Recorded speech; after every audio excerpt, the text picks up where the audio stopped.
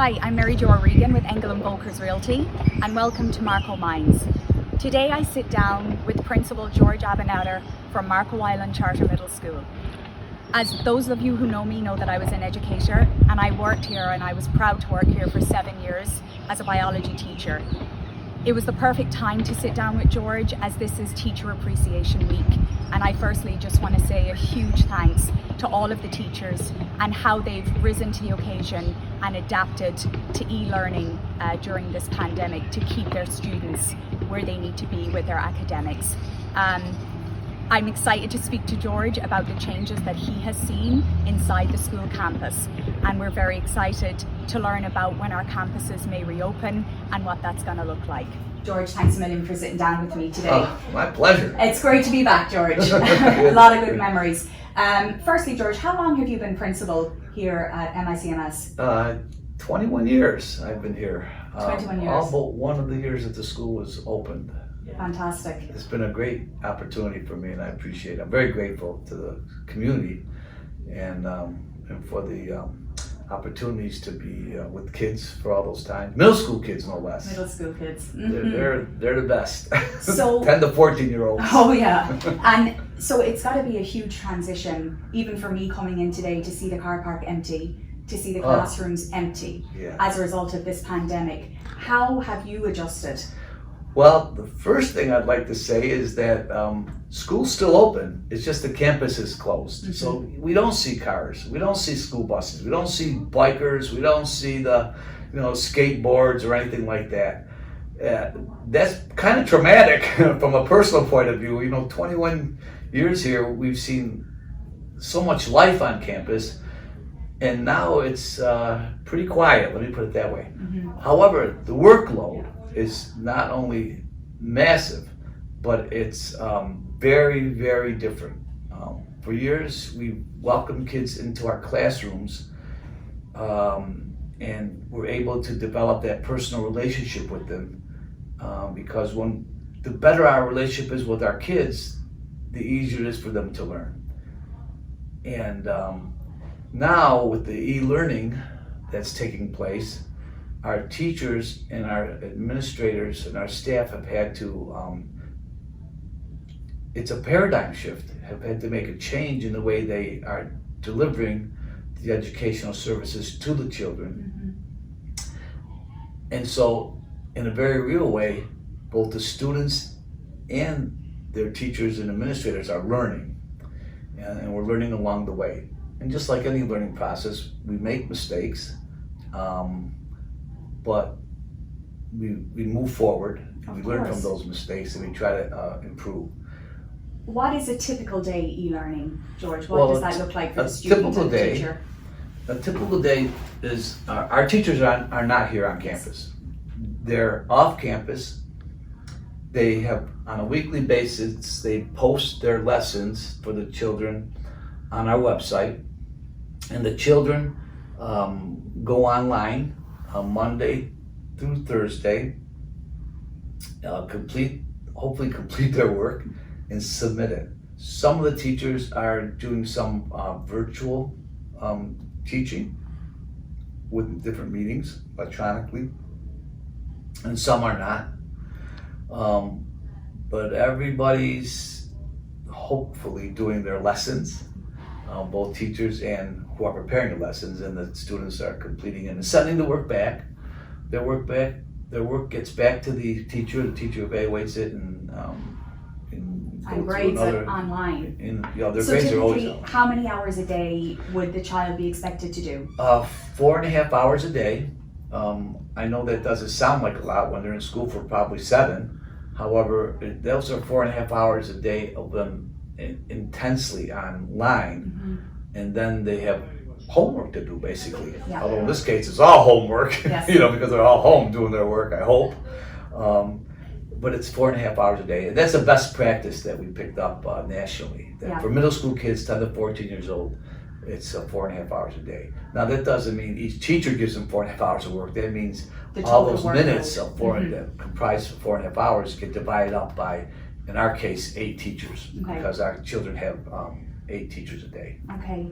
And I noticed online that this week is Teacher Appreciation Week. Yes. So firstly, we thoroughly appreciate you. And I saw that there was lovely stop or drive-bys for the MICMS teachers. And how did that come about, George? That was an initiative, I believe, of the PTO. That was fantastic. And they worked with our assistant principal, Michelle Wheeler, and through the leadership of Michelle and our PTO president and several of her volunteers, they were able to organize this sign delivery. And by the way, all the teachers not only got a sign to put in their yard, but also a box of goodies inside of it, including gift cards.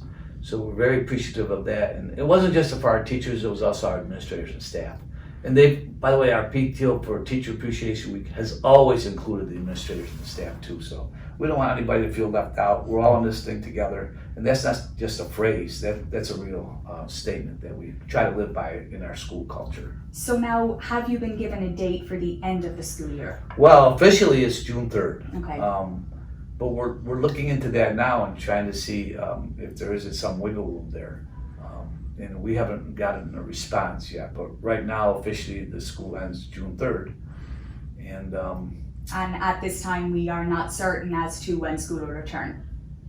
no, if you listen carefully to the state, the way their messages have been throughout this pandemic has been school is closed through, and then they gave a certain date, like it was through May 15th or through May 1st. They never gave a startup date.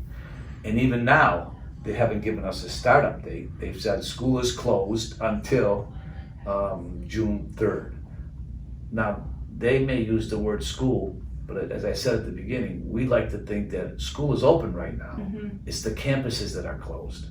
And when campuses are closed and you have no kids, it's kind of lonely around here. But sometimes in our whole building, we have 2 buildings here, we're probably looking at maybe 3 or 4 people on campus. I chose to come to the campus to work because I work better in my own office, let me put it that way. Yeah. But our teachers are home and most of the other people are home also. Yeah. But that's fine though, that's okay, because we're also concerned about their health. So with only 4 people here and we have 2 buildings. So you can certainly social distance. We're social distancing on steroids. Of course, and as well as that, by doing what you are doing with the e-learning, you're protecting the teachers as well as all the students. Absolutely. You know, by not congregating. And George, moving forward, please God, when campuses do reopen, do we have any idea of whether you're going to have to socially distance? Perhaps will there be changes in that sense, or do we have any ideas?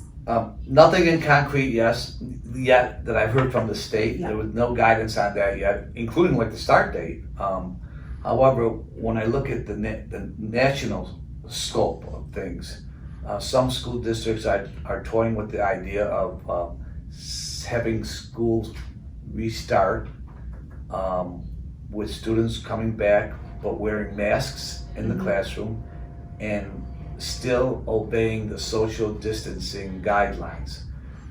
The ramifications of that would be, well, first of all, you got to get masks for all these kids, and secondly, and more importantly,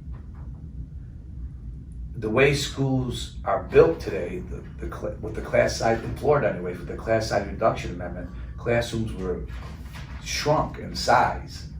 So you can't have social distancing with, let's say, 22 students in that one room because it won't fit all those students. So it could be a situation where, you know, half the students go one day and the other half of the students go the other day, just to honor the social distancing guidelines. I'm not saying we're going to do that. I'm not saying that's a guideline from the state yet. I'm saying when you read the national reports, some districts are thinking Are toying with those ideas. And just like since this pandemic started, it's a fluid environment right now. So things are changing all the time. So what I just mentioned about how will we restart, what it might look like, that could change in a heartbeat. So what's happening is, instead of just getting a plan B, some places are getting a plan C and D and E because we don't know what's going to happen. We're trying to figure out the different scenarios and plan accordingly. That's a big challenge. Yeah. You know. And George, just last question. For the children that come to the school that were given school lunches, how now can they be provided for when we're not physically in the school if they do want to go and get their lunches? Yeah, a long time ago, schools were founded to teach Johnny or Mary how to read, write, and do arithmetic. Since then, schools have evolved and have become a major provider of other services. Of course, now that the campuses are closed, we can't provide those services, but the district has. And so there are certain spots in our county where our students can go and pick up breakfast and also lunch or different types of food. And there's also food pantries and the mobile food pantry and organizations like that providing for the food. So what we've been able to do is just get that message out to where these points of food distribution are, and to our families, to our school families. And that's about the best we can do right now. It's fantastic. Well, George, we appreciate you. I certainly do. We certainly appreciate all your wonderful teachers, especially with the week that's in it. And I think it's been a fantastic, as you say, team. Together everyone achieves more, and it sounds like NICMS are certainly doing that. And you guys and your students are blessed. So thanks so much for sitting down with me today. Really appreciate it. Thank you for this opportunity. I appreciate it. Thank you.